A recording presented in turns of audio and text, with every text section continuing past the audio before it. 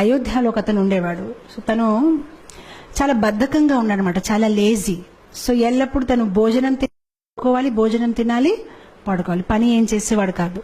So మొత్తం మీద ఆ ఇంట్లో ఉన్న వాళ్ళందరికీ విసుకొచ్చేసి, బాబు నువ్వు ఏదైనా ఆశ్రమం జాయిన్ అయిపో, ఎలాగో ఇంట్లో ఏం పని చేయట్లేదు, మాకు నీతో బెజార్ వచ్చేసింది.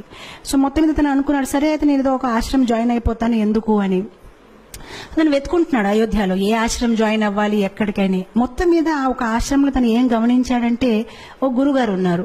ఆ గురుగారు చాలా లావుగా ఉన్నారనమాట. తను అనుకున్నాడు, ఈ గురుగారు బాగున్నారు, లావుగా ఉన్నారు, బహుశా ఈ ఆశ్రమంలో మంచి భోజనం పెడుతున్నారు, ఇక్కడ జాయిన్ అయిపోతే బాగుంది.